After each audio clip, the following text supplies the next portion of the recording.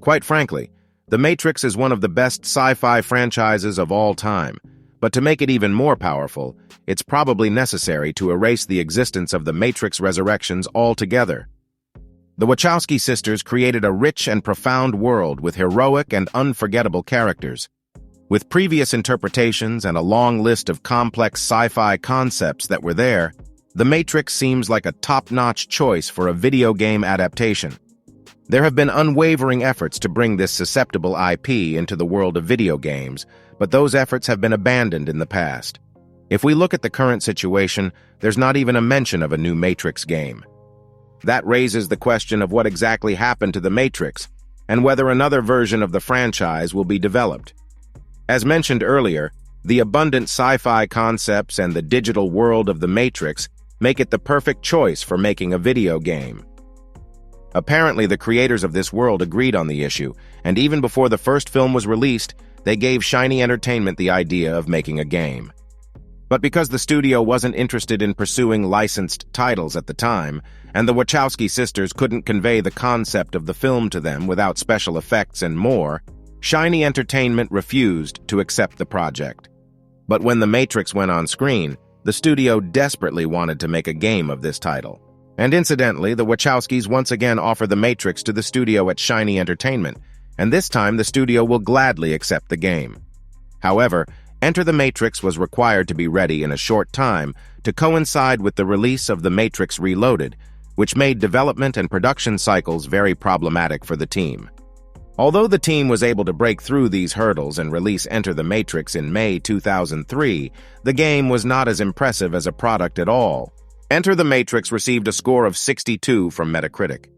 The game had a long list of visual, gameplay, and technical stability bugs that conveyed a sense of urgency in all aspects of the game, and although the film's fictional elements were included in the title because we were only controlling Niobe or Ghost instead of the protagonist of film Neo, the game disappointed many fans.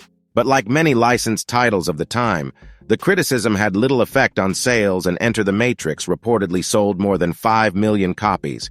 Shiny Entertainment got a second chance to make a game from the franchise, and The Matrix Path of Neo was released in 2005. The Matrix Path of Neo has led the players to controlling of Thomas Anderson, the main character of the film, in some of the most memorable scenes of trilogy in game. With a much more comfortable schedule and inspiration sources, The Matrix Path of Neo delivers a better and more complete experience. It's true that we didn't see any extraordinary work, but Shiny Entertainment was able to bring the spirit of the movies to the game by providing a unique experience of the Matrix trilogy. And unlike the film, at the end of which Neo sacrifices his life for a higher purpose, in The Matrix Path of Neo saw Neo survive the final war against Mecha Smith, while the Queen's song, "We Are the Champions," was sounded. Moreover, even the Wachowski sisters appear in this adaptation of their own game before the show of this alternative ending to the trilogy. The Matrix Path of Neo received a score of 73 for Xbox on Metacritic's website and received better feedback than Enter the Matrix. But because it wasn't accompanied by the release of a film of the series, even though sales figures have not been reported, the game failed to make a successful promotional debut. In the same year, Path of Neo was released. Monolith Productions also released The Matrix Online, an MMORPG game in the world of The Matrix. Its developers and the Wachowski sisters were very hopeful because they called the game a continuation of the film's path. The Matrix Online featured original ideas, for example, the different classes of the game, and how completing missions for one organization affected the trust of the other two groups, and so on. Worst of all, The Matrix Online came at a time when the MMORPG market was heavily saturated, and few players joined the service-driven game. Although Monolith Studios left the game to Sony Interactive Entertainment, and this part of Sony continued to create content for a few years, The Matrix Online was eventually shut down in 2009 due to a small number of subscribers. With a general look at the adventure, one can see the cause of the undesirable results of the games in this series. Enter, The Matrix was a fad of interest mainly because it was a licensed game, and its release was accompanied by one of the most anticipated films of the time, The Matrix Reloaded. The next version of the franchise did well to capture the franchise's best moments again as a game, but due to the lack of an attached film, the game probably failed to perform well in the market. Similarly, The Matrix Online was a decent product, but it was launched at a time when the market was saturated with competitors hungry for attention.